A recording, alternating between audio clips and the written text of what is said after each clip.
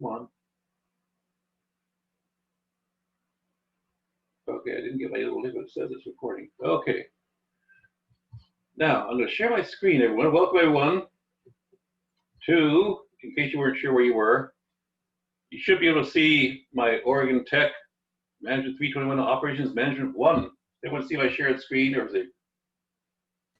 Okay. Cool, excuse me.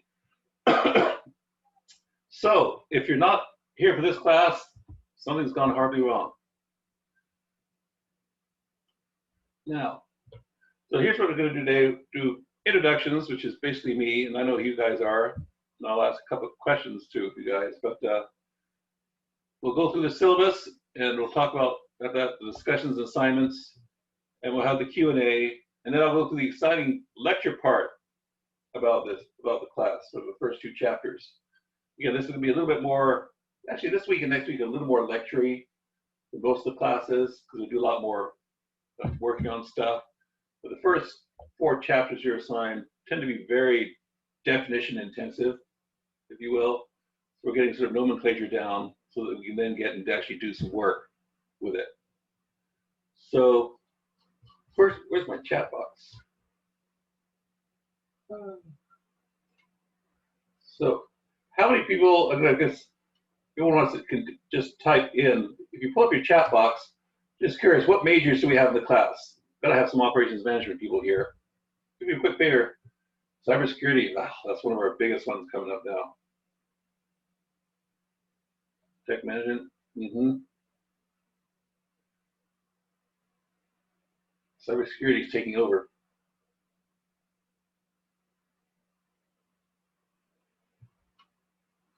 Don't be shy, missing some people. So, mechanical engineering. Oh, we just lost one of our good professors up here. See, anyone else missing? 1, 2, 3, 4. Okay, so we've got heavy cybersecurity. Cool. Emphasis.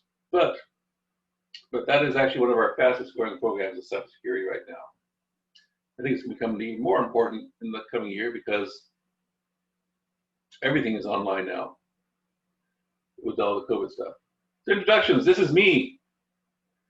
I've been teaching at Oregon Tech since late 2015, if memory serves. So what makes me allowed to teach this other than my working career? So I'm pretty good at math.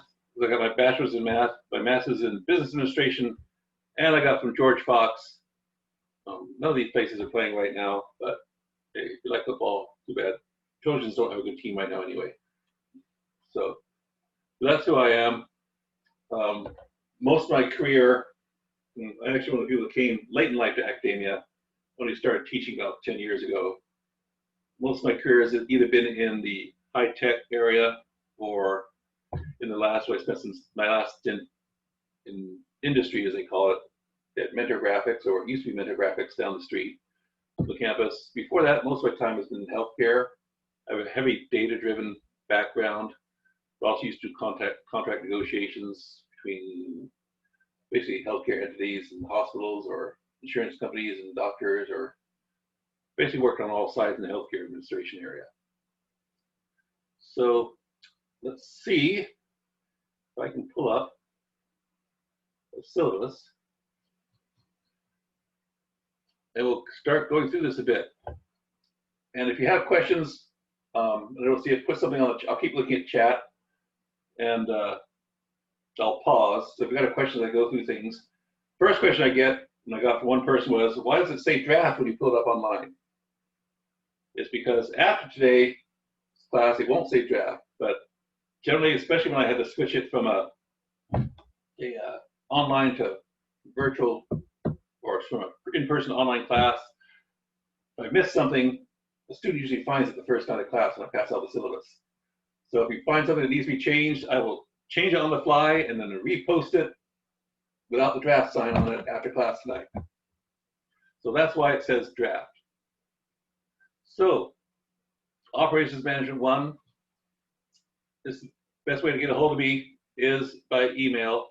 I have another phone I can put on there, but I highly recommend you try email, because I check my voicemails like right before I go to bed every night. So if you have something urgent and you want to answer quickly, I check my voicemails at the end of the day. So I check my email multiple times a day. So you're far more likely to get a hold of me via email than any other method. But or you can send me a message through Canvas. You can do both simultaneously on Canvas. But email is the fastest way to get a hold of me if you got a question on something. So I really recommend that. Office hours, obviously won't be doing office hours on campus. We'll be doing Zoom. So, and each just have different schedules. If you need to get together and chat about something, just shoot me an email saying, hey, maybe with a couple of times that work for you. So if I'm not actually in physical class, I can usually make most things work. Hardest time to get a hold of me is like after 7:30, because usually I'm tucking my son in bed and singing bedtime stories. But so don't send me questions on assignments like it's Sunday after 8 o'clock, because I'm usually like singing the album Pussycat or something by then. So, but that's how I get a hold of me. But with all the stuff going on, that this isn't an in-person class where we usually wanted to, we'll be as flexible as we can to be wherever you need us to get a hold of you. So, obviously the course description, won't go to that, and you already know the prerequisites, otherwise you wouldn't be in this class. And as we say, the meeting times were originally Thursdays in 2:44, but now we're synchronous online. 3 p.m. And when I say and/or as determined by the instructor, I'm not going to call a mandatory class somewhere that says, no, we're going to switch from Thursdays at 3 to 5 to Tuesday at 7 a.m. But if there's a need to get together for us for something to go over something, we can make other issues available, like have a massive office hours to go over something if necessary. But I'm not going to switch the synchronous time. Only thing might be if there's some weird power outage that knocked out all the servers and we couldn't do class that time, we had to make a class, something like that. It'd have to be something extreme. We just suddenly say, we're not doing class on Thursday at 3, we're doing it Friday at 2, and that's really the same type of thing I do even in a live class, because the only time I changed something like that was when we have fire drills. A couple of times I've had to change it, do an extra class because we had to evacuate the building. So everything's going to be recorded, all these meetings, and I will post it on Canvas. And we also have the online forum discussions on Canvas, which I'll go into a little more detail in a bit. So the operations management book is actually a pretty good book. Operations management and supply chain. As books go, I think it's a really good textbook. Operations management is it's a hard thing to get concisely, because it impacts so many different things in the business world. And as you have your other general management classes and things you took as prerequisites, if some of the stuff we talk about doesn't sound familiar, you probably should. When you go out from this class and then take something like a project management class or other classes, you'll start seeing like, did we talk about that in operations management and that? Because it overlaps so many different things. It's really hard to isolate it. This book does a pretty good job of saying, look, there's other things out there, but focus on the operations management stuff. So I'm going to scroll down a bit. Grading. Online discussions, 200 points. You'll have assignments that are due almost every week, like you don't have one during the midterm, which we'll talk about in a bit. And the final, which is due a finals week. So we follow the usual ABCD schedule as we go down. So as we get to the schedule in a minute, these assignments and midterms will make a little more sense in the context of the last page if you haven't gone through the syllabus yet. So meaningful participation, this is one of those things that's online, and it's a little tricky when we talk about an online class like this, attendance and that type of stuff. Because normally we do have a policy of miss 3 classes, which is 30% of the class you can receive automatic F. These are a little bit unusual times. So if something's coming up, as I said before, if you miss a lecture for some reason, it'll be posted online, the video. Main thing I ask is just keep me posted. If you got something coming up in your life that's going to be really complicated or make something hard, just keep me in the loop so I know what's what. And we'll go from there and work together, get things through. Written assignments. The 3 of you that have me before know that I'm a stickler for APA styles. Now this, as I say, often. This is not an APA class. I'm asking for your best effort. But I do use the APA style. The current one officially is still 6. If you really know the difference between 6th and 7th, you're better than I am. I haven't read my 7th book, although I have one online. But the basics I put up here: format double spaced, 12-point Chinese Romans, 1-inch margins, and give a cover page. Please be proud of your work. Put your name on it. Because one of the things I do when you guys submit your stuff is I hit print when you submit your things. I print off all your stuff and read it, and walk around the house with it. And that's why I put on that. If you look on your submissions on Canvas, which you're looking a bit, it does require you to submit things in a PDF format. So that's why it's really good to actually do that in life when I do it, because when I allow things to go in Word and that, you're amazed at how many weird, formatting I get. Things don't always look as nice as they do on your screen as they do in person. And a lesson in life I can tell you: before you send a report to anybody, your boss or subordinates, whoever, print it out first, or at least put it in PDF format, because that is the best thing to print out. So I don't get something with your name on one page and something on the back. So I do say put a cover page on that, on the second thing, with your name, date, because if I print something off and it has no name on it, I assume you don't care enough to have a grade.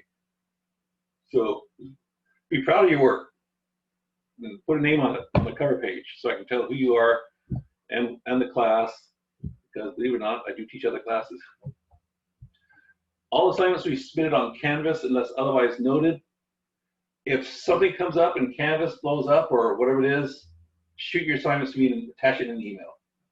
As long as I get it by the deadline. But we had one student who had something last term where for some reason his computer didn't like it. I think in fact he was trying to use Microsoft Edge with Canvas, which is suicide. But and couldn't submit something. And I said, just send it to me in an email. So if something blows up on your Canvas, you can't get to it, and you can send me an email, just attach it in an email, and that's just as good. And again, the last thing on here, unless otherwise noted, there'll be in PDF form in Canvas. In fact, Canvas is set up to restrict only and accept only submissions in a PDF format. But all the software for Microsoft that you get online for free through the university has the Microsoft print to PDF. So you don't have to own Acrobat anymore for the last decade. Now then, discussion forums. And I'll go switch to Canvas in a bit, but I put on here, complete the initial posting before the online synchronous class each week. So some people, just like one person who just joined a day ago, another person 2 days before, sort of didn't get it. This week is going to be a soft deadline on this. If you didn't submit it before class on your initial posting, you're not going to get an F in the class and fail. But one of the reasons I'm pushing for this is because as time permits, we will actually break out the breakout rooms on some classes and discuss your postings, your initial postings. And if you're a really good typist during that time, when you break out in small groups, it's actually, it can be used that time to actually reply to people. You might be talking about their postings. You're welcome to have your discussion board up when we get into breakout rooms to type in replies to other people, because you're required to do initial postings and then respond to 2 other postings by your classmates. It doesn't say by Thursday, and I may make that more specific. You don't have to respond to other classmates by the class, but just your initial posting. Is there anything that says before the online synchronous? And I may just put something here, make it for draft, to say, where is it? Where's my highlight? Editing documents. Where's my highlighter? Tools. I'm actually going to make an edit to this and say that your subsequent postings don't have to be done by the day of class, but just your initial posting. But again, if you're in a breakout group discussing your initial postings with others, that can be a great time if you're talking to the person who posted it to say, oh, you can type in your responses right then. You can ask them online.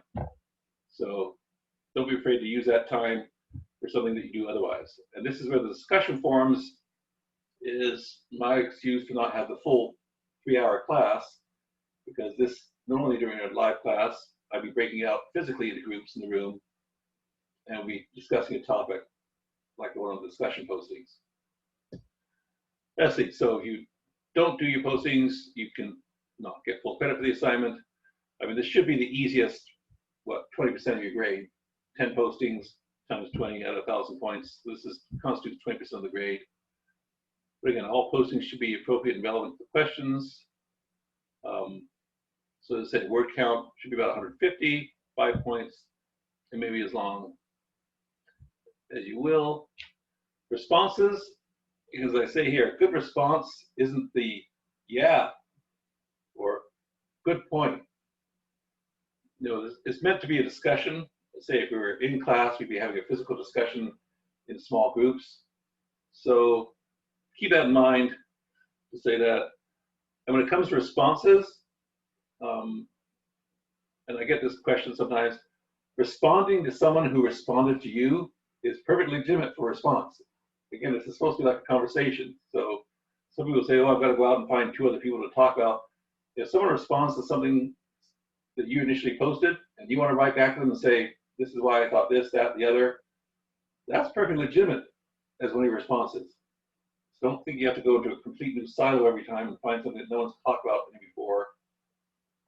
Or someone else has already responded to that person, doesn't mean you can't go back and say more or respond to the response of someone else's response.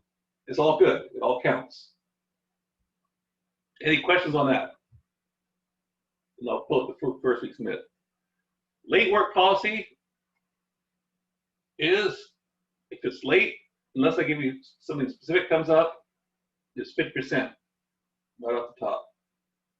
And when it comes like some of the assignments and stuff, one of the first things we do in class is go over the previous week's assignment. And if it's a calculation assignment and you haven't done it yet, well, if we go over the answers at the beginning of the next class, when it was already due, there needs to be a penalty for that. So something more than 1 week won't be graded. Now again, if something's coming up during all this stuff, it gets back to what I said earlier. Just keep me in the loop of what's going on. If something's coming up, last term I had a guy whose wife was pregnant. Actually, I had 2 in my classes. I had 2 babies last term, and knew his guy was when his wife was going in, and I wasn't going to say no. You can either turn in your assignment or see your newborn being born. So I know what was going on, and we're cool about it. So it's just keep me in the loop of anything that's coming up, just so I know. So I don't think you just decided to go to Vegas for the weekend, which I wouldn't do right now because their code is going through the roof. Now then, the schedule. This is where you'll see assignments and discussions every week and the chapters. I put the date out there to be extra sure on this. Normally I would just say week 1 through 7, but I actually put the dates there, so I hope they're right. You'll see on week 6 we have a midterm. Again, everything's online through Canvas, and that midterm will be anything that's happened up to that point. Midterm can be on the assigned reading, it can be on cases we talked about, or work we done in class. Anything's fair game. And one of the things I say this is that when I go through lecture parts of these online things, I try to hit the parts that I think are highlighted, or parts that I get hit with questions about. And so I'm not going to go just read through the chapter in PowerPoint form, page by page. So if it's the assigned reading, if something I don't really touch on during class, it's still fair game, because it's on the reading, the lectures, activities in class, whatever works on that. And again, I think you have 2 hours for it. It'll be online, and it's due by what would be the end of class that day on it. You notice the 1 week you don't have an assignment is the midterm. You don't have any chapters assigned. You don't have an assignment other than discussion forum. That week, concentrate on what you've already looked at. And you will have a discussion question that will be fairly generic, because you're not going to be reading have it part of a chapter that week.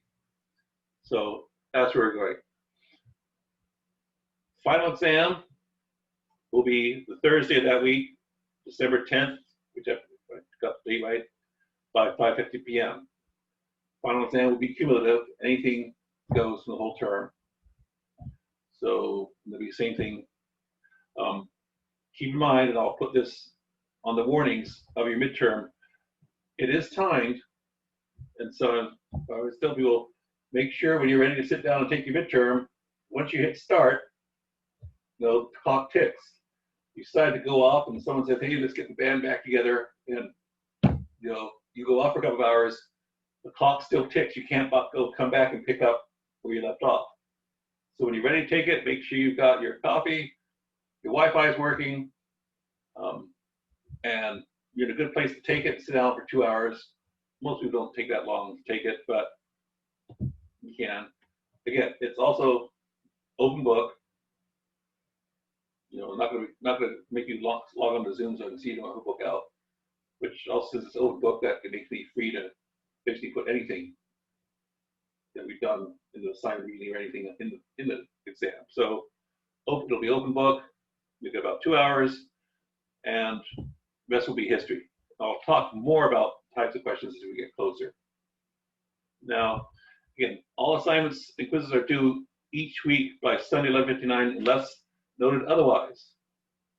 As you notice, the midterm and the final are noted otherwise. So keep that in mind. I've had people sort of do this before where they forgot to do Thursday at 5, and I will send out reminders. But make sure you remember the two things that are noted otherwise right now are this and your initial postings. And those are the two things. Your postings, your initial posting, and midterm and final are due other than the Sunday 11:59. So check Canvas for any updates on a regular basis. I'll change it in there. If so many major changes, I'll do it. And extra credit, I get questions about extra credit sometimes. Usually, I don't generally do extra credit unless something really, an idea comes up really cool. Sometimes a student will come up with an idea about, oh, what's so-and-so, and that'd be a great assignment. I'll offer it as extra credit. But I don't have any planned extra credit, if you will. And again, the above will change as term necessary. It's kind of like when I said changing class times. It's very rare that something changes if the servers at OIT blew up due to the air conditioner going out and no one could log into Canvas and we couldn't do something. Okay, maybe that might cause something. Take something pretty catastrophic to change something major. The only thing other caveat might say, rare occasions I have pushed the midterm out a week.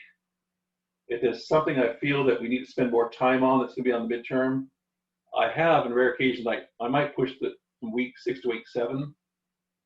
I've only done that once in the last couple of years.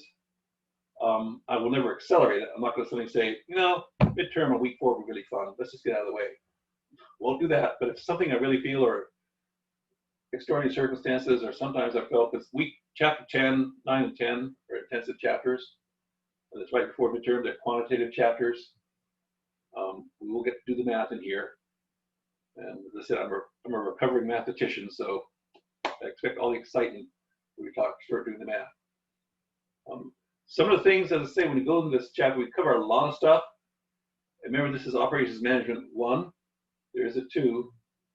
And some of the stuff that my frustration on this class in general is that there are some chapters I could spend an entire class on, especially when it gets down to run charts.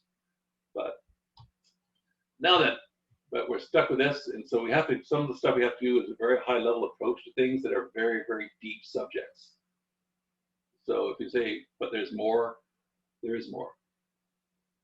Now then, I'm going to go over the Canvas for a bit. Now before I start on this, any questions so far on the syllabus? We're all set and ready. Cool. Oops, hold on. Let me see. Oops. Hold on, I'm rearranging my screen so I can see everybody's happy face. Okay, now then, you should now all see there's the home screen and the module screen. my home screen and modules takes you to this place. I don't have one of the happy pictures on front saying, isn't this class wonderful? Since you don't need to read that once. Syllabus quiz. If you go to the work plan for this, each week has a work plan which highlights the key things to take a look at. And chapters 1 and 2 for reading, got these. I put these two up here just because it's mentioned in the assignment to watch those. If you're online, you're doing this last one right now, attend synchronous Zoom class. Assignments due, complete syllabus quiz, postings week 1, and assignment alpha. What a lot of people don't, when they read the fine print, but the syllabus quiz is actually one of the things we're supposed to be doing when we verify attendance. So now I know who showed up here, but if you actually look at the discussion on this, has some valid points, the key things they want to have you hit. And this is the same syllabus quiz you see in class after class and class and some. But do take it, because that's what I'm going to use when I have to, at the end next week, when I have to go online and verify that you're actually a live person in this non-live environment. That's what I'm going to use, the syllabus quiz, whether you took it or not. Again, it's 0 points, but I will count those reports you do. And those of you that have student loans that require attendance verification, don't skip this. I know it's tedious and you have it over and over in classes, but there are some interesting things in there, like quizzing you about late policies and that. Class syllabus, that's just what we pulled up out there. And let's say, once I make the changes we talked about tonight, that one on the initial postings, you'll see this magically change from the same thing to a draft, with the one exception I'm going to do and make sure you know explicitly it says this one responded to the posting says by Sunday. So the only one we have to worry about is your initial posting for Thursday. So synchronous, you probably pull that up. Those are on here, you already saw that. Discussion forum. A lot of you already posted this and looked at this. So if you did, cool. Again, normally with Spirit, I'm not going to do it tonight because I didn't have time to do work breakout groups because I didn't honestly know how many students we're going to have. I didn't know how many groups to put in. Let's say I have one student who's not checked in and 3 that might check in. So, but most of you have done this, so tend to that.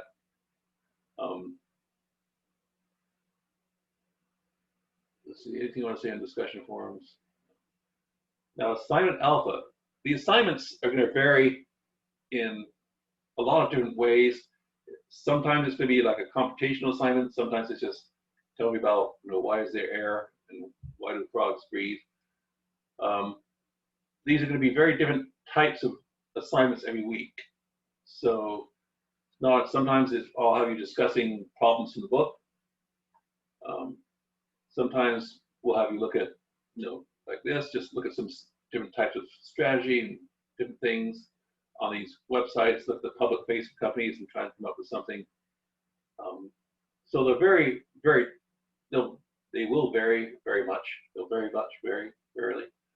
So just, as we go through it, rolled it, like one of the more quantitative lessons on chapter 9 and 10, actually have you not doing quantitative. You're going to hit quantitative stuff so much during class.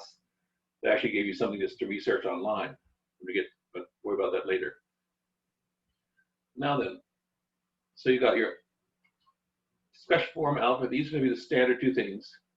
I'll also go out and publish, put websites and other things up here on an ongoing basis. Week 1 is filled with stuff, some of which is already referenced on the to-do week for the work plan. If you click this and this, it just basically is the same links that I put in here. In the first week, I made things as much as accessible so I sort of hit you over the head with these links about go here. Other things you'll find me doing is, and this can happen at any time where I say go back and check, because one of the things I'm going to do this week is look for things on the news that pertain to next week's stuff. So right now, week 2 and week 3 are fairly okay, you got your work plan, tells you what chapters, tells you the assignment, and the discussion forum. When something comes up that's contemporary in the news, and I get, you want to know what might come up, I watch Nightly Business Report every morning and look for cool stories, something that might be useful in relation to whatever we're talking about that week. I'll post links on here or some articles I found out, sort of will supplement things. I'm not going to suddenly put something in like at 2:55 before we have our synchronous class and say, tell me about it.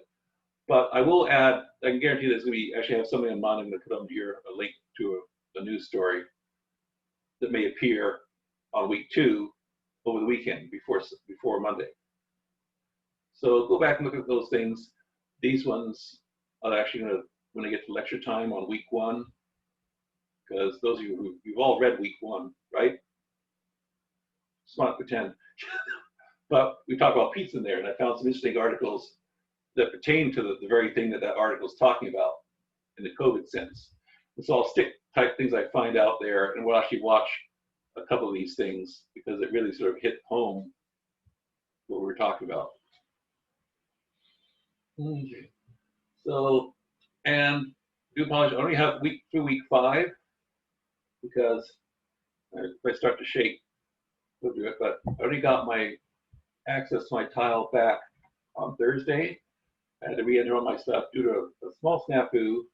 If anyone out there looking at this quiz, you'll find my name was on the class, my name stopped being on the class, then it went on the class again. And when they did that, it started a chain reaction which killed my canvas. And I had to restart last Thursday all my classes on Canvas, re-inputting everything. That's great fun. So that's my saga, but we got everything for the first 3 weeks. So it's a little sparse at the end here. I have everything. I'm just typing as fast as I can. So I'm hoping the next week I'll have the full thing loaded again. But I also have to research some of the articles I posted already. So most weeks will resemble this instead of just something quick and simple like that. So you talked about rubrics, grades. I had no questions, so I went through that 1-hour presentation in like 33 minutes. Any questions? My only question is just what the format is going to be on the midterm and the final. As in, what do you mean by format? Is it multiple choice? Yes. It is multiple choice, but you will have to do some calculations to come up with the right answer, if you will. But everything will be a multiple choice, true, false type of thing. There are some calculations involved, and some of the points, it's like 150 points, some questions are worth 10 or 15 of that. They're an intensive calculation one. And some are just simple definitional questions, but that are worth only a couple of points each. But the big points are going to be some calculation ones. And again, when we get to that point in the chapters, you'll have examples of the type of calculations you might have to do when we get to those chapters. They say the calculation chapters will spend most of those 2 nights basically just breaking out in groups and working out some problems out of the book. Make sure you know what's what. Because some of the stuff, especially when we get to run charts and that type of stuff, if you're not familiar with it, so you remember your calculus. So everyone should have had calculus in this class, or at least algebra. Have to remember the prerequisites, prerequisites. We'll deal with things like standard deviations, and things like that send most people in the business world into connection fits. But they're very powerful tools. In fact, one of the chapters out there I've taught an entire class on when it comes to run charts. But I won't start my lecture on those yet because I can go on forever about run charts. It's a pet peeve I have in the business world. And possible CFOs don't like to talk to anyone about that. So, any more questions on that? Again, if we get close to the midterms, I'll get more and more detail, and it will make sense as we get more chapters on the belt how to explain what midterms. If I told you some of the things you're going to do now, it might not make sense. But as we hit the class chapters, it'll make more sense to talk more about when we work on problems and during our synchronous time. I'll be saying things like, yes, you better expect to be able to do this on the midterm type of thing. Obviously, like the first 2 chapters, really 4 and 5 as well, are fairly definitional chapters. So you will have just things that are just like, what is the throughput type of thing. There's always multiple choice. No essay is a short answer. Okay, so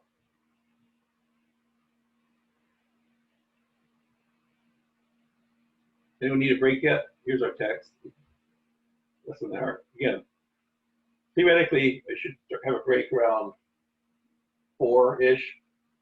I can go on forever.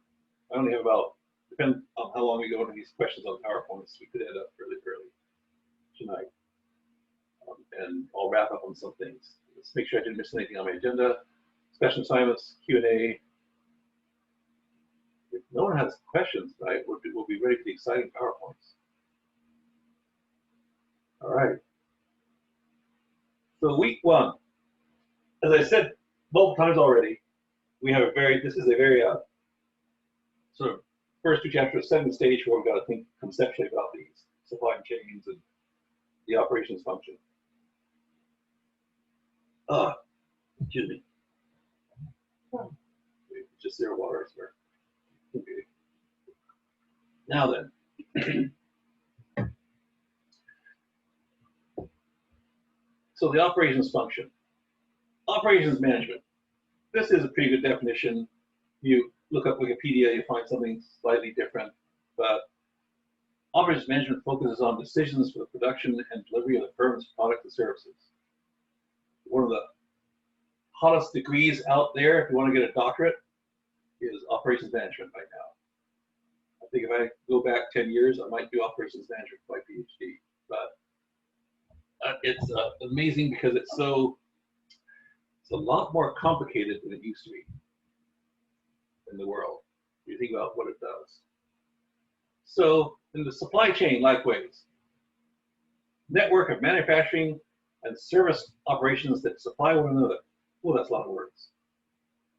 But network, again, we're used to being in information technology. When you say network, immediately think of the IT networks, which is part of this. But think of network, as we talk about that, in a broader level of interfacing actions and interactions, which will also work for an IT side of things, but a network as in the broader sense of network of how things interact and work together to make something happen. And it also talks about how to get from raw materials to the production end of the consumer. This will make more sense when I get into these details in the moment we start talking about finance and marketing. Those materials, money, and information, and links to operations across organizations. The one thing that I always tell people here is that when you see something like flow of materials, money, and information, you gotta think about money as a commodity like anything else. Just like 2x4s, raw steel, or silicon for your wafers, money is a commodity that is bought, sold, and traded like anything else. So think about it in that sense when you talk about flow of materials, because money is behind all these things, and it's a material that you have to account for and have in order to make all these other things happen. And that's why when we talk about cross-functional ideas, it becomes so important to have finance along with marketing. I'm not a marketing person. My best friend is a marketing person, so I always come up with marketing insults. He comes up with finance insults. But so operations management. Whoops, got that there twice. Oops, went the wrong way. Now then, 3 aspects, and I bring these up there because it's how the book presents everything. And this is one of those slides, and they have a section in the book where you talk about 3 aspects of operations management: decisions that have to be made, the functions of those areas that are made, and the process that it takes. You'll find over and over throughout the book, they break things down into these categories. So sort of get used to how they do it later in the book. This is more of a, to give you an idea how you do it. Operations management, is where we have to make decisions about how to do things. One of the people think about operations management is, in the old days, it was sort of like, okay, the executives make decisions, you guys just go and do what the executives tell you. When Henry Ford has his supply chain set up for all the materials for his cars, and he could do a Model T every 19 seconds, there wasn't many decisions to be made there. It was like very autonomous down there. But as we get down to different areas within manufacturing, especially the process, the quality, capacity, inventory, all these things interact. There are decisions being made along the way everywhere. And part of the decisions that management has to make is what decisions they allow those downstream in the supply chain to make. And this is a really, when we talk about short charts later, this has been a very part of management that America has been struggling with about how much autonomy you can give to people down the road. You tend to have very autocratic ways of doing business, ways of thinking things. I'm boss, you're employee, I gave you an order to do it. But back in Asia particularly, and sort of Eastern Europe, they've had a much more broad-based how to empower people below, with the idea that sometimes the person who screws the bolt into the chassis might know more about the bolts than the manager who just said screw the bolt to the chassis. And you hear things like Kaizen and things like that when you get into some of your quality controls. If anyone had their quality management course here yet? They've probably done, if not, you'll deal very much into these things about, in Japan, how they allow autonomy where a single small worker on the assembly line can stop the entire assembly line at Honda. A worker in America does that, they probably get fired. And it's a mindset of how these decisions are made through an operations of something that's like an assembly line. So, and we actually basically, one of the big differences of this, and this is not in the book, but I do it when I talk about quality, is that post World War II, when Japan was in shambles, we had some guys go over who were management theorists and basically sort of said, hey, we can do anything we want. It was a great experimentation. They came up with these areas now, people that are household names in operations management. Hey, let's empower these people to do something. And I would say, you want to know whether they were successful in empowering people from a quality and production standpoint? When was the last time someone bought a TV that was made in USA? There are none. They're made in Japan because they did quality issues, and same things happening with dishwashers, and things have almost happened in cars. The majority of cars sometimes are made in Japan. All right. So major decisions at Pizza USA. This is kind of poignant. This is straight out of the book. They say, how should we produce pizzas? How do we meet the quality standards of pizzas? And later in another chapter, we're actually going to have an example of another pizza place of how you assemble pizzas. And this is a great way where I put these two things because it talks about process, quality, capacity, inventory, and supply chain. And again, in this example, just like I said a couple of slides ago, these are how decisions went through process, how the book will break down things we analyze. They also break them down further into the process, the quality, capacity, inventory, come up with different strategies. And it's a great idea, segue into an interview with Papa John. And let's see if I can get it full. Hopefully you can hear this.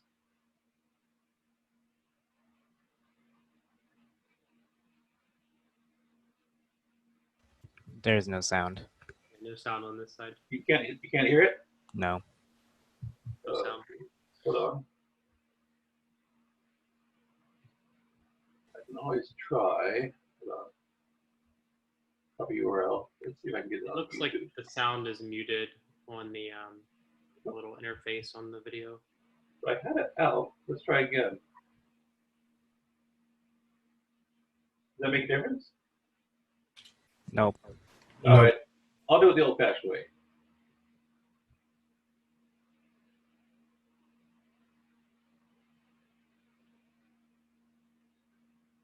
Come on. This should work. This will be.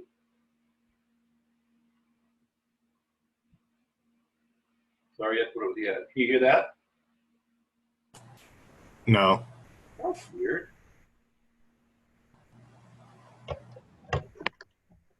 try this. Does that make a difference? Why won't it? Darn it. The volume is very faint. Yeah. Pardon? The It's volume. very faint, but you can very barely hear it.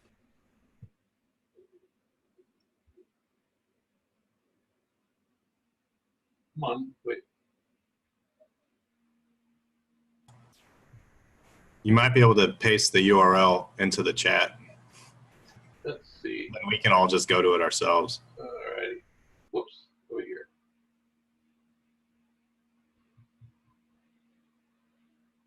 We don't have to listen to the whole thing, but it's weird that it won't come through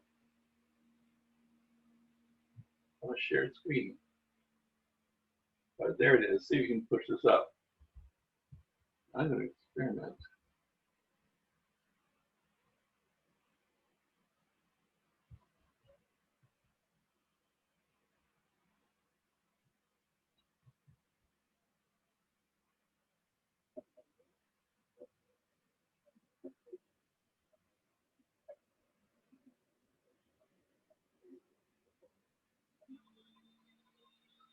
Huh.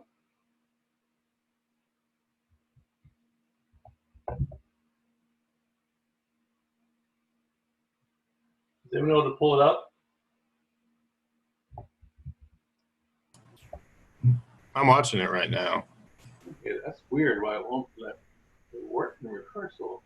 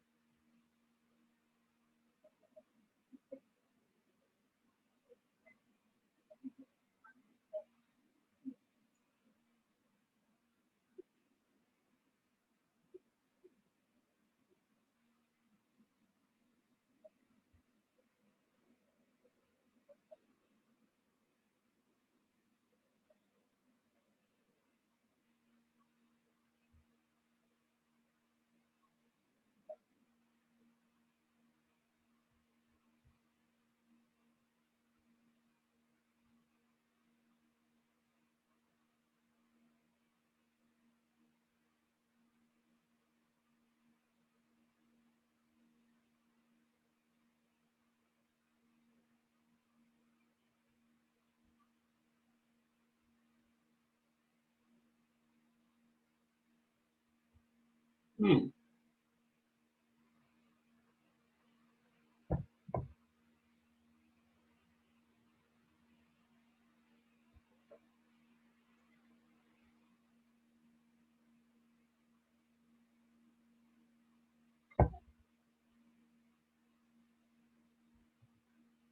Hmm.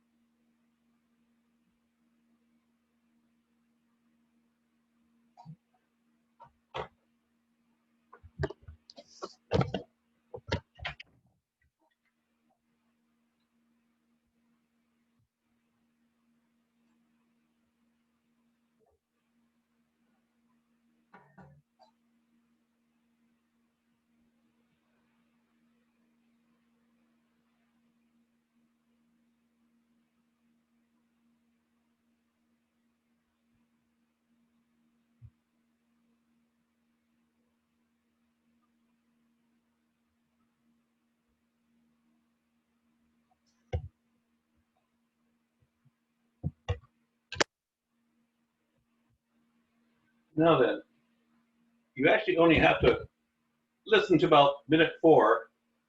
I think I know why it was not picking up.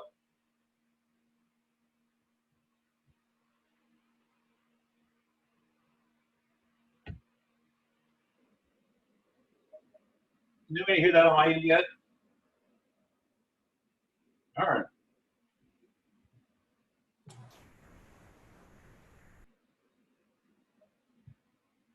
That is annoying.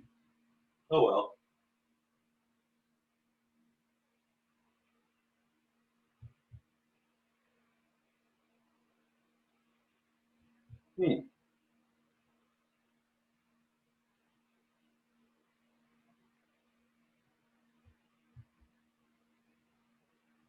Well, I'll have to let you listen to these on your own. I thought it was because my headphones were plugged in, but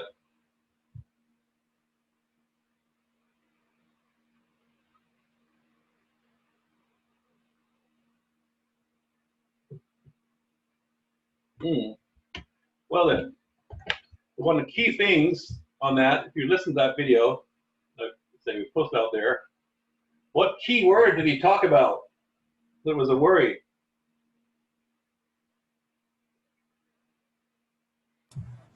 Supply chain. Oh, isn't that beautiful? Tailor-made for this class. The biggest concern in COVID was supply chain. And they talked about how they had it arrived in a good sync, cohesive plan of their suppliers that they arranged, which were uphill suppliers, which will make more sense on chapter 2. So supply chain, that's one of the biggest issues they've had, and this is the double-edged sword on supply chains. We talk about, get back to our PowerPoint. We talk about how to get what we need to where we want to have it. Source inputs was the biggest thing they were worried about. And that's been a big problem for a lot of things. Can anyone give me an example of what, during this COVID example, what has been a big issue with some medical supplies? A lot of those medical supplies were coming from China. Absolutely. Which was stockpiling medical supplies. And even when they were started sending them, people started asking about, well, can we use those supplies? Because they're coming from a country which was, by many accounts, the starting point of the COVID problem. So it gets down to the mixed bag we have when we get down to what happens. Upstream suppliers for medical equipment, which for a hospital is where they get their masks on these contingencies. Well, China is the biggest producer of these medical equipment that we wanted. And you saw all sorts of things in the news, which I was going to do an overdose on postings, but on news articles, but about ramping up productions. We're filled with people changing, the use of their factories into the ability to produce different sorts of masks and personal protective equipment, because the traditional upstream supplier basically stopped sending them. And we actually, in some cases, it was illegal to import these things from areas. So the downstream customers, like the hospitals and doctors' offices, have been suffering during this time. In the meantime, marketing and finance are always there on it. And the book does a fairly good job of trying to say these need to be incorporated into operations management. And this is where we get down to situations into cross-functional decision-making, because, well, marketing and finance are always put out there in traditional textbooks about these are the areas that are sort of outside of operations management. But they're not really. Say money is like a commodity like anything else, and finance needs to get it out there. Marketing needs to have somewhere the goods and services go to. And so what's happened really, especially if everyone had any classes on Six Sigma or Lean, when you get there, and when you do quality measures, you will, they stress the cross-functionality of these issues. Operations management is becoming much more than just how you put the car together on the assembly line. It's much more interactive now. Marketing creates a push and pull for different items you produce, and they come up with strategies you want to produce them in. And so they all work together. And so that's when we talk about these cross-functional decision-making relationships, is everyone needs to have a finger in the pie that we're doing from an operations standpoint. And that's what we're trying to talk about over and over on cross-functional decision-making, because the operations of the process basically has two sets of things. Stuff you put on one end, called your inputs. And then you have whatever you do in this transformational process, which is the heart of operations management. You get all these materials to put some form of output. These are Papa Murphy's, their output is that pizza you get and put in your oven. Or in Papa John's, that pizza you take home, pre-cooked. And how you do that. This is the sort of, this really does the great idea of process. When you say process here, remember that a few slides back, we talked about the three things. The top one was process that they use. So this is the hardware we talk about that comes out with goods and services. So good diagram. Now, operational challenges. Service manufacturers, manufacturing. Differences and implications. Now, today's world, one of the big things that we had debates on in the 1990s when the internet was taking off is, what is software? Is it good or a service? What is it doing? Well, you know, it's one of those things that came out, and it's the same time we were arguing about whether or not it was legal to copyright a web page. But this created a big argument because operations management standpoint, we tend to look at different types of things for a service, whether you're a law firm might be providing a service, but doesn't give you something tangible unless you count the document you might sign, versus GM might produce a car or a jet engine or a tank. And they have different types of nuances you have to be careful of and analyze. You know, different types of, going back a slide, different types of inputs. So a law firm doesn't necessarily need sheet steel, but you know, a car manufacturer does. Then you have this thing called software and programs, what we now have called apps. Apps that do things might help various, great services. But we actually have a debate because in the old days when you got your software on a 5 1/4 or 3.5 inch, dating myself, but remember that when 5 1/4 are all there. Part of people arguing, well, you're selling this software. You're selling a physical thing, you have to produce that software. Therefore, it is a manufacturing product. When was the last time someone bought a CD for their music? No one? Well, nowadays you download it. We have the same thing. When you're passing a CD, we argue, oh, it's a product, because you're recording a rock band onto that. And this comes more and more as we get more and more into what we do on operations and details. The difference between product and services does impact how you design things. But we have these weird things called software. Nowadays, I got my new computer. I had my same code from my Microsoft Office built from 10 years ago. So I was able to type that in, get the latest version. Didn't have a disk. I still have the disks from like Office 97. So now I have a code from that original package that I can type in when I want to download it. So if you argue that it's a product, when you have this disk you have to load, now you don't have a product, but the result is the same from my usage standpoint. And it's actually, it becomes very important because later on when we talk about the cost of things, what's the incremental cost of producing a CD compared to the incremental cost of just doing a download? Anyone ever got some like cheap student subscriptions to a magazine or something like that? You want to be able to get the Wall Street Journal, it's like, I think when I used to subscribe to it, it was like $200 a year to get the full online version. A student could get it for $49. But what's the cost to give you an online version versus a physical paper? basically it's automated, is incrementally non-existent really. And these are the types of things why these types of differences when we talk about the cost of giving you a physical paper for Wall Street Journal is very different than the cost of giving you a download. It's almost like a service now when you have on a website, as opposed to a physical thing you used to produce called a paper, which had a supply chain, had people who had to write it, had to print it, had to mail it. The same product now is in this no man's land. So decisions internal and externally have to be made from suppliers. Environmental sustainability is a huge one now. And all the new books that come out in management now always have a section on supply sustainability. Two editions of this book ago, they didn't have environmental sustainability.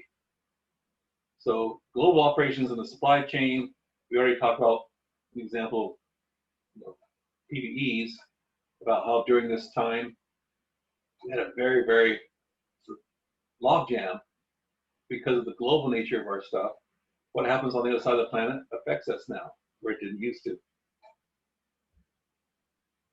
That's chapter 1. Again, didn't go through every single thing, but I hit the highlights of things. Customer direct operations I didn't talk about. We'll talk about more in chapter 2, but this is the concept you'll hear in your management classes as well, which basically says the customer decides what you should build and how you should build it. And they always contrast that to Henry Ford, who famously said, you can have any color cars as long as it's black. And then some other manufacturer said, oh no, we'll give you a blue one and a green one. All right. Does anyone still hear me? I put my headphones back on. Yes. I'm not going to play the second video, which has supply chain management on it, because I can't figure out why it wouldn't come out over the speakers.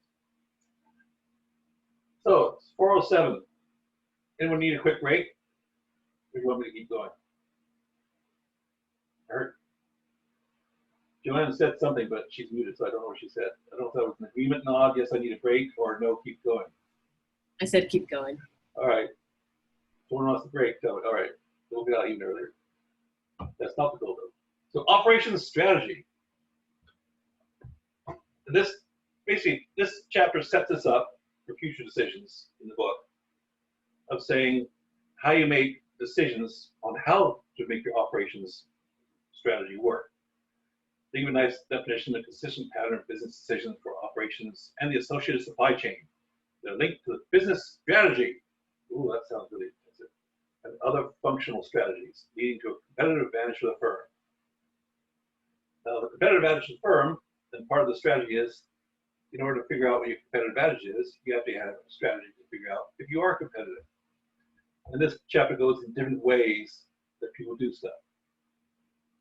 Now then, operational strategy, corporate strategy, business strategy, and then they have the main crux of operations management is the stuff in a nice little box that says mission, objectives, strategic decisions, distinctive competence. And we'll go through these definitions. Everything starts with mission. If you had your basic management class, they talk about vision and mission. And it's what your basic entity is here to do. And you can go out there and look up all sorts of mission statements out there. Mission statements really became very popular in the 1980s. There's some writers like people called Drucker and that. You'd be amazed at how many people don't know what the mission statement of the company they work for. I know by heart only one mission statement of all the places I've worked in my life. And that's where I work for Providence Health System. And they changed it. It used to be, they continue the healing mission of Jesus in the world today with special emphasis on the poor and vulnerable. The reason I know it is because it was written on every wall, every hallway, at the entrance, with HR, everything. I mean, it was drilled into us because it was a faith-based institution, and they drilled it into us. I couldn't tell you to save my life today what the mission statement of Mentor Graphics was, or Pacific Air was. It was just we went there and did our siloed functions, and that's when the book talks about part of the cross functionality and that we have to get involved in this is because people tend to get very siloed. And the Providence, it had issues like any other company does, but they really pushed that as why they were there. It's supposed to be the basis of decisions you make every day and what you do. And it comes down to the old adage, if you don't know why you're there, you know, what are you gonna do? I used to have a slide in here which was Alice in Wonderland. Everyone ever read or see the movie Alice in Wonderland? Well, there's a famous scene where Alice is going through the forest, and when she's miniature, and she comes across a caterpillar who's smoking his bong on top of a mushroom. And then she says to the caterpillar, I don't know which way to go. He says, I don't know which direction to go. And he says, or where do you want to get to? She says, I don't know. He says, it doesn't matter which way you go then, does it? So, and that's the sort of functionality behind business in all this, is that mission should drive it. And this basically comes down to other things. In the slide where we talk about sustainability factors, a lot of companies are building sustainability issues into their core mission and values, which affects operations management on what you can do. Certain companies in downtown Portland would not use supplies, and it was more expensive decision, but would not get their office supplies from someone that did not use recycled materials. That was a statement of, of values. It was more expensive. Recycled materials, recycled paper for your copier is generally more expensive than straight off fresh trees. But it really impacted operational decisions as well as finance over here, because they had to say, is our core value, and we're willing to pay more for that. Plus, your source of materials can only come from certain vendors. And that's not uncommon now, where they would actually look at the vendors and say, okay, are you a sustainable vendor? We will only deal with it. Nike is very strong on that right now. They will only deal with other vendors that have sustainability at their core as well. And if you pull up Nike's website, on their core values, Nike's very good about putting their mission out front there nowadays. About where they source things from. How many people remember Nike almost going out of business in the 1990s? Everyone was predicting them going bankrupt. Anyone remember that? I'm not that old. Well, I am. Anyone ever read a book on history of Nike about why that was? It was all over the news. They were outsourcing their manufacturing, their operation management decisions to South America, where South America was employing children under the age of 18 in their factories. And people used to joke, and I think it was Johnny Carson joked about small children had small fingers that they could put the laces through, things like that.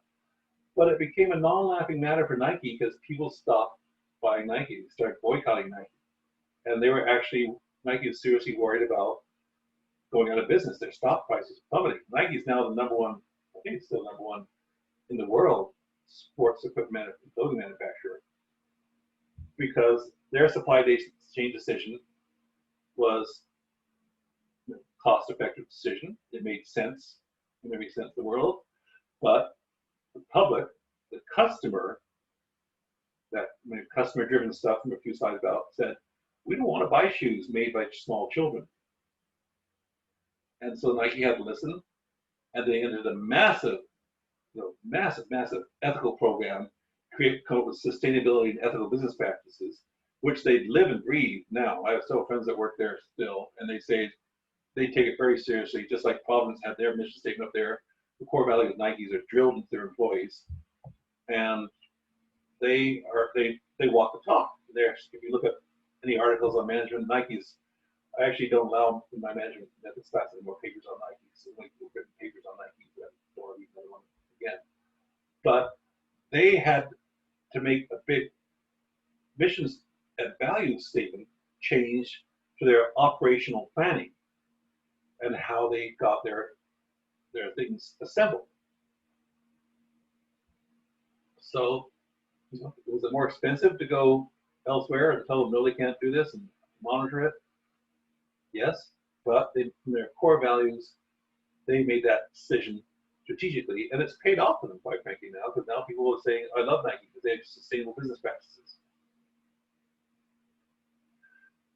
So internal analysis, external analysis, how you're doing in and out of the company, both inside and outside of the individual places. That's what that's referring to. Now then, examples of important strategic decisions. Again, these are those 5 elements you'll see over and over again that the text breaks things down into: process, quality, capacity, inventory, supply chain. Span of process automation, process flow, job specializations. Do you make things or buy things?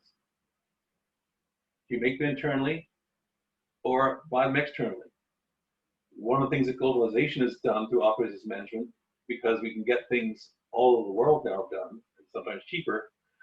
1950s, the mantra was, and this is where General Motors is a classic example, you want to own every single piece. You're going to be vertically integrated and own everything you need to make everything. So GM owned steel mines, they owned smelters, they owned aluminum mines, they had chemical factories, they had, they got into clothing manufacturing because they needed cloth for their seats in the cars. They owned ranches so they could secure cattle to make leather for leather seats. And that was the mantra, that they would you had to own everything. You were completely vertically integrated. So every supply that you need in the car, they produced. Cool. Well, then all of a sudden people found out that, well, you can get some cows cheaper in South America. You can get wood cheaper in South America. You can get manufacturing done cheaper in China. And so that vertical integration has sort of gone to more global, those global strategies we talked about before. And so you now have a lot more choices about where you're going to get your stuff from, how you're going to do it.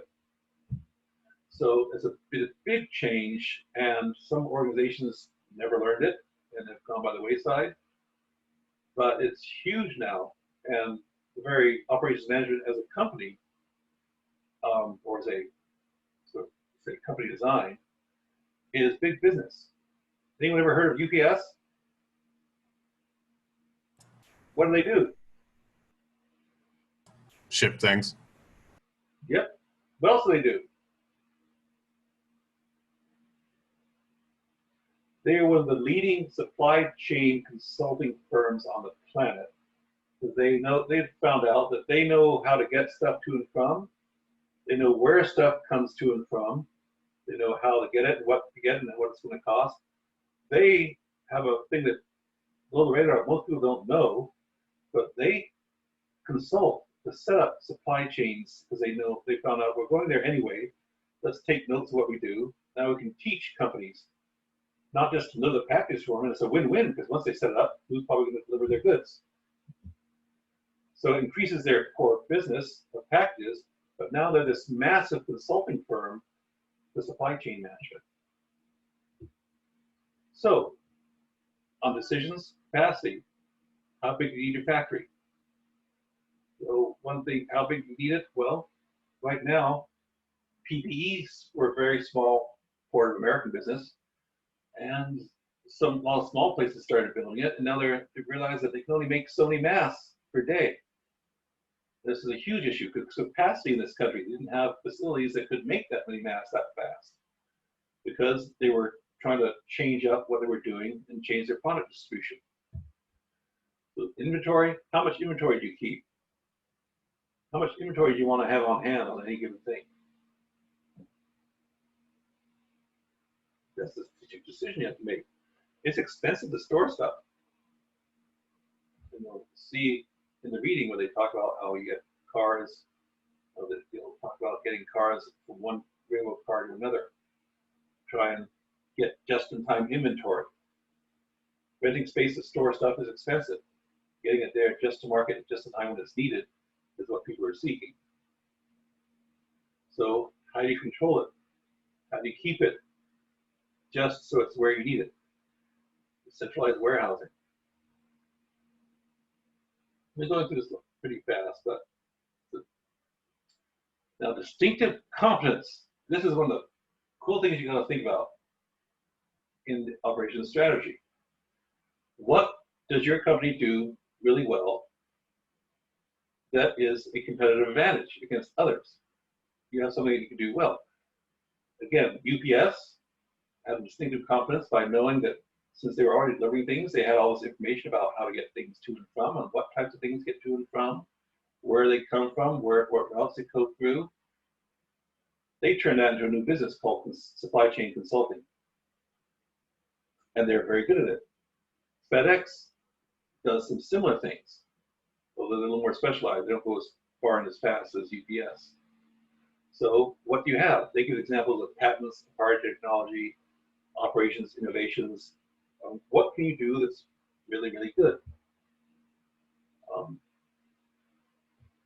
So if you think about that, my dad had a small manufacturing business.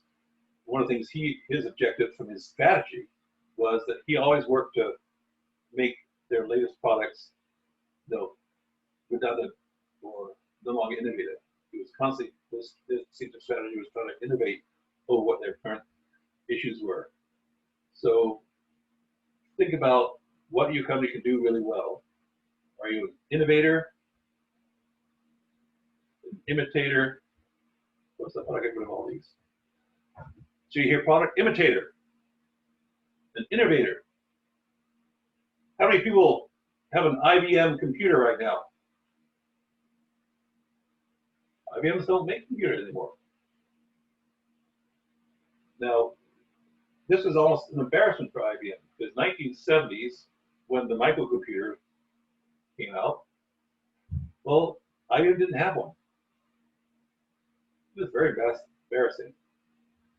And it actually took someone in operations management and R&D to basically pull a rabbit out of a hat. And because IBM was the computer company on the planet. Started off making typewriters, and that's back in the days when they had, we didn't really call them mainframes, because everything was a mainframe. I had an old Dasher with removable hard drives that did accounts payable. Then you took that one out, put it on for accounts receivable. That had removable hard drives working on a Dasher 2000. Look it up. It hasn't been used in years. But IBM would be out there, not have a computer. Radio Shack was coming out with computers. They had Apple IIs that you hook up your TV. Well, one of the things that they had a problem with is that the average at the time, I'm blanking out the guy's name, but it took three years on average at IBM to go from concept to prototype. And so they had to come up with something new because they couldn't wait 3 years because they were going to be out of business. They went to, this one guy said, I can do it in 6 months as long as I give them autonomy. And he had a gang of 12, which people call the 12 apostles. I'm blanking out his name, I'll look him up on Wikipedia. He's credited with inventing the IBM PC. And they used all off-the-shelf stuff. They basically went to Radio Shack, literally. In those days when we would build up our own stuff. And because he recognized a problem with how his company worked in order to make this happen. So he had to break all the rules. He got permission to do so. And they made this PC in 6 months with a green screen on off-the-shelf materials and the IBM PC. Now then, in order to do that, they had to have an operating system. And they went to Silicon Valley. They went to this guy who is dropout of college. He said, hey, dude, we hear you got this operating system. We want to do it, but we can't tell you why. Sign this non-disclosure agreement. He signed it. He said, oh, no, there's a better operating system down the road. You're going to talk to Mabel and Art down the road. So he left Bill Gates' office and went down the road. And the husband, who was the engineer, and the wife, who was like the marketing finance gal, the husband was out. She didn't know what to do, so she said, well, she called her lawyer before signing the non-disclosure agreement. They said, we don't have time. They went back to Bill and said, we want your system. He said, okay. And he made one caveat, which made him, well, he used to be the richest man in the world, but he's not anymore. He said, cool, you have my operating system, but I still want to be able to have the rights to sell it anywhere else. Cool, so IBM came out with their nice PC using off-the-shelf materials, and this operating system designed by Bill Gates and Paul Allen. Well, the problem was, it was a great innovation. when it first came out. But because it used off-the-shelf materials and a system called DOS that anyone else could now buy from Bill Gates, because he retained the rights for it, what do you think happened to this great innovation of IBM? Everyone made their own. Yep. You could do it. I mean, those are the days when we could go and get our own boxes, and it was a lot simpler back then. You know, don't ask me to open up a laptop, but I could do no standalone machine. But yes, they went from being an innovator. Everyone came along and took up, on the slide shows, a product imitator, and they imitated the heck out of IBM and drove IBM out of the PC business. We still call it PC because it used to be called the IBM PC. Now IBM doesn't make them anymore. But they went from an innovator, but they didn't have, what they did was not distinctive, because the whole reason they got it so fast was because they could use stuff that was readily available, that anyone could change. Bill Gates and everyone wanted to have the same operating system as IBM, because IBM was the main place in the world. So all these imitators came along, places that some were shop is, some places like Dell, which is now big now. We used to have Lenovo IBM, which is now gone, but these processes can change. So they made an operational decision to become an innovate so they could get into the market, but they couldn't keep that share. Because other people came out along and imitated what IBM did perfectly legally using the IBM system, what we now call Windows. So customers loved it because IBM PCs were expensive compared to everything else. So they got it. Customers wanted that product. They wanted the IBM system. And for years, we used to call them, do you have a Mac on IBM? Now we say, do you have a Mac or PC? But the nomenclature was that. So when you think about imitator, there's a huge market of people who would imitate this Gold Star PC. And the original innovator of that lost out because he couldn't protect it. So they use terms like order winner, qualifiers on product imitators. Basically, an imitator, you come in and you're hoping you can undercut the price of the person who innovated it, first came up with it. That's how IBM lost out. Because people came in and made much cheaper versions. I mean, IBM would not have lost business if people came in and said, hey, I got this thing that works just like an IBM, but it's twice the price. Buy mine, please. So the person who comes into the market and says, we're a company, we're going to imitate what someone else does, price point becomes their main issue. That's how they draw the customer in. So they can get it to them faster. The innovator, again, that's the person who's coming out with new product no one else has. It only works so long, patents run out, but they're getting something that's new. If you want it, you got to get it from them.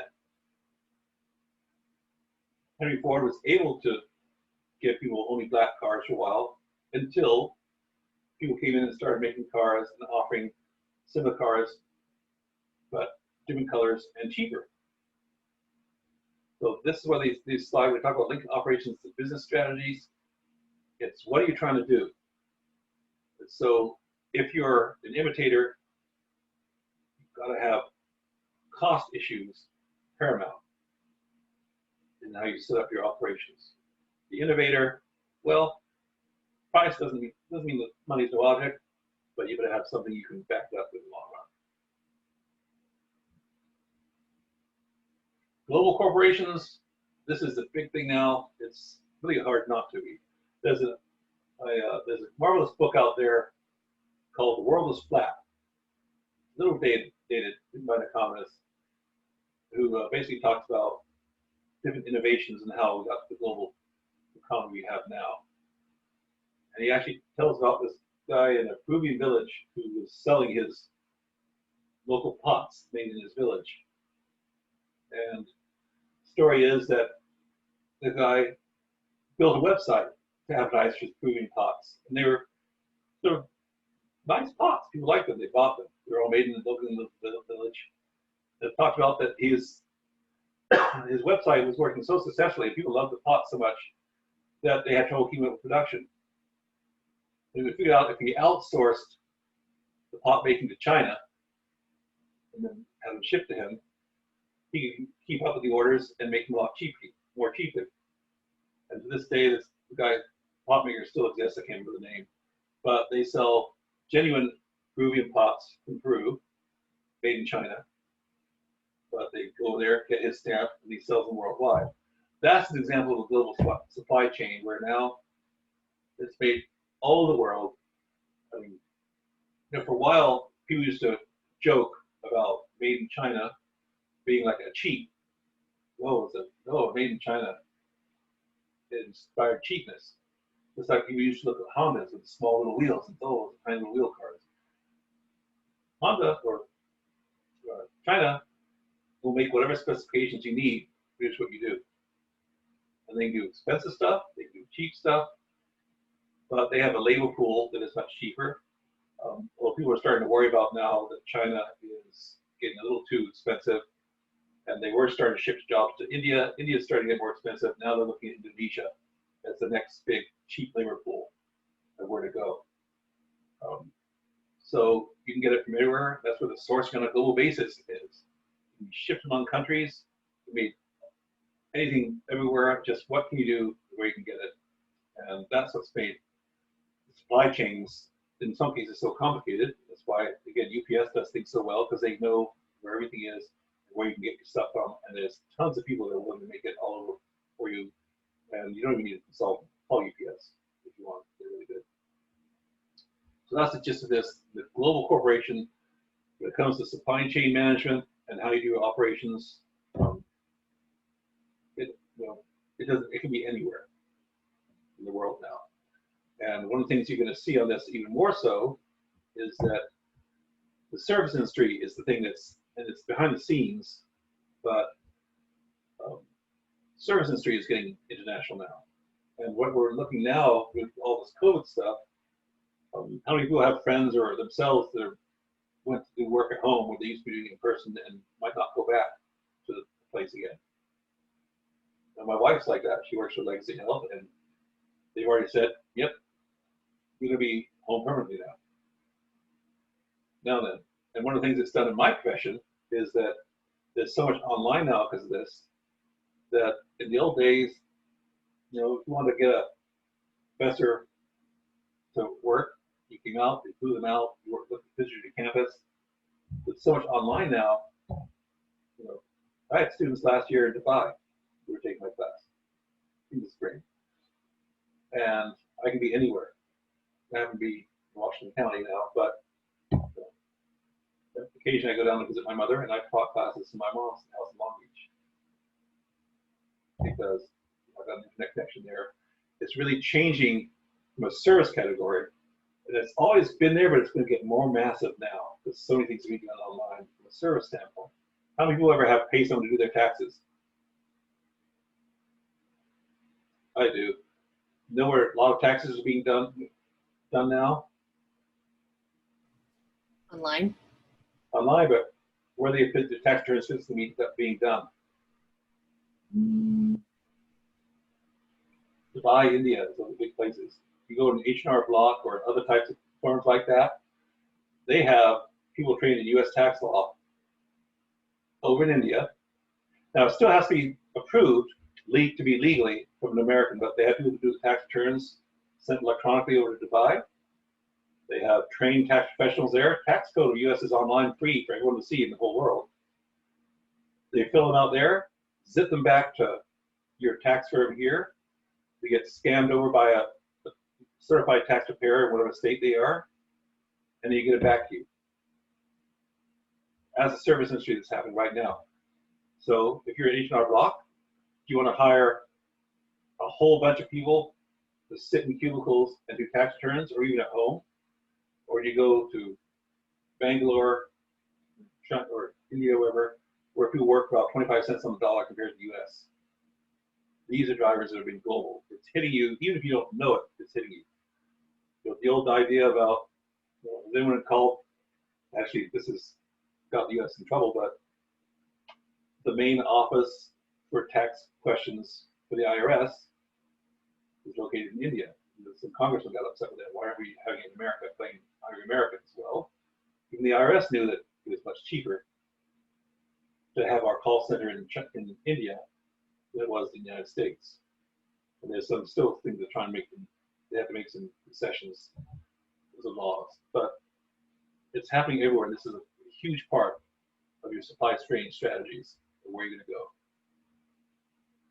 Oops, there we go. So the strategies talk about, we're going to imitate, innovate. These, as we talk about these in the text going forward, the last line of this, we're saying avoid one size fits all. What you do and how you do it depends on your situation. This book tells a lot of tools that we're going to use and how to analyze things, but there's no magic way to solve all these issues. So avoid the one size fits all. There's pros and cons. These outlines, these are straight from the book. But no, the department, as I said before, you're being taught tools in this class, not how to do everything everywhere for everything. Oh, and that's my PowerPoint for tonight. It's a little wordy and talky, I know, but again, even this next week's gonna be a little bit more like this, where wordy and talky, just because we're trying to get through all the definitional parts. I think by stop sharing screen. Stop share. Okay, now I should see my happy face again. I'm gonna work on that video. Why I can't get that video. So, any questions on what's expected for the rest of the week as we're going forward? Okay, so forgive my wordy lecture tonight, and I'm apologize for that video. I just can't figure out why that wouldn't play the sound. I'm gonna practice that with my wife over the weekend. So you got your assignment, which you pulled up, your discussion board, and keep an eye out, because I guarantee you're going to see some things for next week posted below here. And hopefully I can get them so they'll play this time online, but you'll be able to see them yourself. These are supply chain fragility. That's another one that's really contemporary for now, so I won't make you listen to me without words. Weird. Anyway, but before I say, after only an hour and 40 minutes almost, or 38 minutes, I don't want to feel like you're being cheated, but Aaron's about to fall asleep anyway, so. Okay, so any questions before you sign off? Say this, go. You said that Today. you're making Go on. APA style. Does that mean like you want our assignments written in an essay format, or because it says written assignments, and our assignments are just like kind of question and answer? The short answer is yeah, and the basics of that is, again, when I put the basics of it up there, those are the minimal. Oh, and those of you that have me before, I'll pull it up. Just the basics, get double-edged, Times New Roman. The whole purpose of APA is to get a consistent way of doing things. And, oops, scroll down. I mean, these are the basics. You just do this much, 1-inch margins. The one sticker I am, oh, you want to see me jump up and down and be angry, put a page number on. Every professor has that one thing that bothers them. And that one thing that really bothers me is no page numbers. Upper right-hand corner, APA, put a page number on it. But, I mean, again, if you don't get your running head perfectly on a 2-page paper, I mean, this is not a course in APA, but I want you to do I'm asking for best effort. The one time it does become really important is if you're citing something for a reference page. Like, there's not much to cite on this week's assignment, but that's what people mostly panic is on the citation formats. But if you're referencing something, I want to be able to look it up, get your citation as perfect as you can. And I can go through next week, I'll go through some stuff of looking up assignments, and I'll show you the trick that most people do it's on our online EBSCO databases that shows you right how to format anything in perfect APA style. But that's the main thing. References, that's the biggest thing. But get your base, double space, Times New Roman font. You know, I'm not going to fail you because you did it in Arial, but I'll remind you, put it in Times New Roman. And if you don't read my comments, because I will comment on your papers, on your assignments that you submit. And I always tell people if I don't say a lot, the less I say, the better. Unless I say something like, "Oh, this is really cool," but fewer comments means you're generally doing better. That if I want to comment on every other paragraph, more comments, unless I say, "Cool, I never thought about that." And one of the first thing we'll do next week is we'll discuss people's responses to the assignments and anything pertinent that comes up on the forums. And that's generally what we'll start off every week with. Before I get into my boring lectures, there'll be exciting lectures. We'll talk about what was due last week and go over anything pertinent. I'm not going to put you on the spot, but usually there's some really cool things that come up. I always say every time I teach the class, if you don't learn something from one of the students, you're not trying. But so we'll spend the first part of the class as general routine. There were no assignments due this week, so we didn't really talk about it yet. So otherwise, my to-do list is to change that one discussion forum to make sure people know clearly your responses don't have to be posted by Thursday, just your initial posting. So remember that, so that's clear. But otherwise, yeah, that's how we'll do it. We'll do discussions next week. I'm hoping to I hope we'll have a little bit of lecturing, and then I'll break you out into groups. We should have the roster fairly solid by next Thursday. So I'll set you guys up in groups, and you'll basically do the first part of the discussion question with each other. But you'll break out in some groups doing that. So basically going over this week's stuff, whatever thing I want to talk about on 4 and 5, and then bring out and have some discussion groups. And that'll fill up our time next week in a more normal week. Hey, Ian. Yes, sir. So am I to believe that we're meeting every week via Zoom? Yes. I'll post another one shortly. Thank you. But you'll get one for next week. I may actually just put one out there reoccurring. They don't. Anyway, I may have to post a new Zoom link every week. I can have one set up a routine that repeats every week. But security issues are concerned that if the password gets out, we might be Zoom bombed. So they prefer I pedantically put out a new Zoom meeting request every week, so it has a new password and link. I know that seems a bit cumbersome, but I mean, I haven't heard any real stories of bad Zoom bombing at OIT, at least up at the Portland campus. But it does happen. Portland had a really nasty one last week.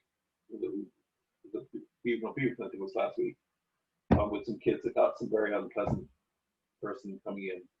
So yeah, look for a new link. I'll talk about it next staff meeting. I'll probably just have to post a new one every week. If I forget, someone send me a nasty email saying, "Hey, I can't find the link." And any questions, shoot me that. But thanks for everyone. I know this was a wordy lecture tonight, going over all the tedious stuff. But we'll try to make it more exciting next week, and we'll have everything down. And so be prepared to discuss the stuff that was due. And I'll go to the new stuff, and then we'll discuss next week's postings. I'll break you out and talk about next week's discussion questions a little bit. As I said before, don't be afraid to use that time. If you're chatting with someone in a group about someone's posting, you can use that time to post replies to them in real time. And if there's enough people up doing that, you guys can have all your postings done by the end of class for that week, as long as you all work together. And it's not cheating if you coordinate with someone and say, "Hey, I like that posting. I'll reply to yours. You reply to mine." As long as you have a good conversation that's meaningful. I don't care if you coordinate with each other and say, "Hey, I'm going to get online Friday at 8 a.m. Anyone else want to get online Friday at 8 a.m. chat with me?" That's not cheating. As long as you have a good conversation and exchange good information, however you coordinate yourselves is fine. But make use of the time I do in class, because discussion time is taking place at class time that we don't have. Any more questions? Yeah, I have one. Are you going to load the discussion PowerPoints to camp or? I'll load the entire lecture. Okay, perfect. Yeah, we'll put a recording. this long. It'll take a while to load. It'll probably take about half an hour to get to YouTube. But I'll post the entire lecture so you have all the PowerPoints in the lecture. Perfect. Thank you. No worries. Anything else? All right, be safe, everyone, and I'll talk to you either online or at the very least next Thursday. Be safe, everyone. Thank you. Thank you. Bye.